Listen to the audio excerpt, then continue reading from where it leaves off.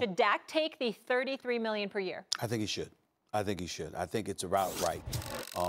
Carson Wentz is making around that on average, and that's the ballpark that I think Dak Prescott deserves to be in. Jared Goff, even though I'm not sold on Jared Goff, did go to a Super Bowl. Russell Wilson is a veteran and a Super Bowl champion. Ben Roethlisberger is a two-time Super Bowl champion, stuff like that. So that's different. But considering, the 40-24 record, 97 touchdowns, 36 interceptions, just a 2.5 to 1 interception to turnover ratio. Career completing 65% of his passes, not just last season. Fresh off a throw for nearly 5,000 yards, 30 touchdowns, 11 interceptions. And you consider the multitude of problems that the Dallas Cowboys have. I believe wholeheartedly that Dak Prescott deserves to have been treated better than he has been treated. But if you start talking about upwards of $35 million and things of that nature, I think it's a bit excessive. I think the market dictates that a guy of his caliber, the Carson Wentz of the world, who's perceived as being a little bit better, et cetera, I think around the $33 million range is more than fair. And I think that's something that he should take, because you get on a football field, one injury could cost you everything. Dak Prescott made $2.1 million last season. Football is too violent, too physical of a sport. One play can wreck your career. I don't want him to go on the field again with a one-year deal or whatever.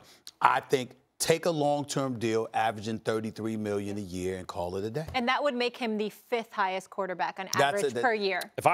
You know how I feel about quarterback. All players in football are underpaid. By definition, that's why there's a cap. If there was no cap, everyone would get paid more. So they're all underpaid. But within this structure, quarterbacks are overpaid, because every dollar you give them comes out of someone else's paycheck. There's no way around it.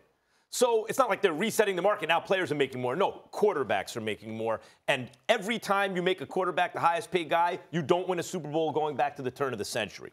That said, if I'm Dak Prescott now, if I'm the Cowboys, I never offer him this. If I'm Dak Prescott now, oh no, they're caving. Now they're going to pay, because they did all this for nothing. What were they doing this whole time if they were going to cave in the end anyway? All negotiating? They caved to Ezekiel Elliott, who had zero leverage, and they just made him the highest paid guy. And here's the other thing. Yeah, average annual doesn't mean anything. It's just the guarantee. How much money are they guaranteeing? Now, I have read today that it's in excess of $100 million, or maybe right around $100 million. That's about $10 million shy of where some of the other guys are. So if I'm Dak Prescott, I'm thinking to myself like this. What this offer means is they are caving. Why they dragged the organization through this and Dak through this, if they're going to cave in the end, I have no idea. But since they are, now that you put me through this, now you're going to pay me. And if I were Dak, I would go get that extra $10 million or whatever it is in guaranteed money. Yeah, I think Dak should sign for somewhere around that number. Here's a couple reasons why. I think, Max, when you say, well, now I've waited my time, or, you've dragged me through this, now you're going to pay as an organization. Well, what happens if at the end, as the quarterback, you then pay because you've commanded so much money that the reality is you do hamstring a team and handcuff a team with the ability to sign. He hamstrings them at 33, Dan. That's the truth. Right, but okay, so if you go try and get more, or you demand more, you could essentially, because of the thought of, making the team pay, then force yourself to pay with the lack of performance on the field. And the reality is this, if Dak does hold out, every single day he gains leverage, but this is also going to hurt the football team and their ability to sign some other players. I think the Cowboys are going to be a lesser football team talent-wise this season. They've got some free agents on defense that are leaving. We don't know if Amari will be there or not. My assumption is Amari will be there. Randall Cobb, they don't have a third receiver. So every day that he makes the Cowboys wait on his decision, the lesser the football team becomes talent-wise around him. Now, I understand everyone's argument of where he ranks in the football team and quarterbacks and whatnot. But I also look at this and go, if you get 33 or 36, you're buying the same stuff. You're buying the same stuff. The Cowboys haven't won a Super Bowl in, 25 years or something Cowboys are buying the same stuff too, Dan. What's that extra $3 million going to do for them? But at that point, they're giving him 33. What happens if that extra $3 million gets him a third receiver? The Cole Beasley that he no longer has, and then Dak performs? Because at the end of the day, Dak led the league in passing last year, I believe, or was second.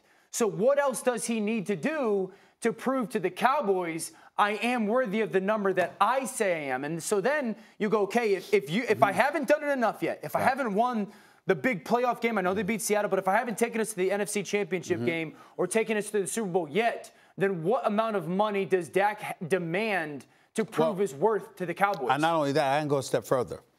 Because Jerry Jones has already paid Ezekiel Elliott, because he's paid Jalen Smith, because he's paid his offensive line, because he supposedly is about to pay Amari Cooper as well, a legitimate argument could be made that from a strategic perspective, the Dallas Cowboys, if indeed they were not able to reach a lengthy deal with Dak Prescott and they ended up franchising him or whatever, they could still give that credit to other people if you do end up accomplishing more success next season. Because I hired a new coach, plus I got these guys, so it really wasn't about you, and it's about the number. And also, it's also at a time where you're putting yourself more at risk. If Dak Prescott was already making max $20, $25, $30 million, and then you just have the new contract, that's different. But because he's never been paid, and he just had $2.1 million last season, I do not want him going on the field again and jeopardizing, missing out on $50 to $100 million. Piggyback off something you just said about the coach or the quarterback. This last season, I had a problem with Jerry Jones. I'm a Giants fan, I don't care. But if I was a Cowboys fan, I'd have a problem. Because he sacrificed the season where they looked like they could be Super Bowl contenders in an experiment. He controlled for every other variable, offense, defense, line play, the whole thing. Is it the coach or the quarterback that's holding us back? We all knew it was the coach. But he spent a whole season really on his ego because he was the one who identified Jason Garrett. Figuring out it's the coach. Got a new coach. That means it's time to pay the quarterback. Like, once you do that, you've made your choice. We believe in our quarterback, not our coach, so pay the quarterback. And they're still dragging this along. Thanks for watching ESPN on YouTube. For more sports highlights and analysis, be sure to download the ESPN app. And for live streaming sports and premium content, subscribe to ESPN+.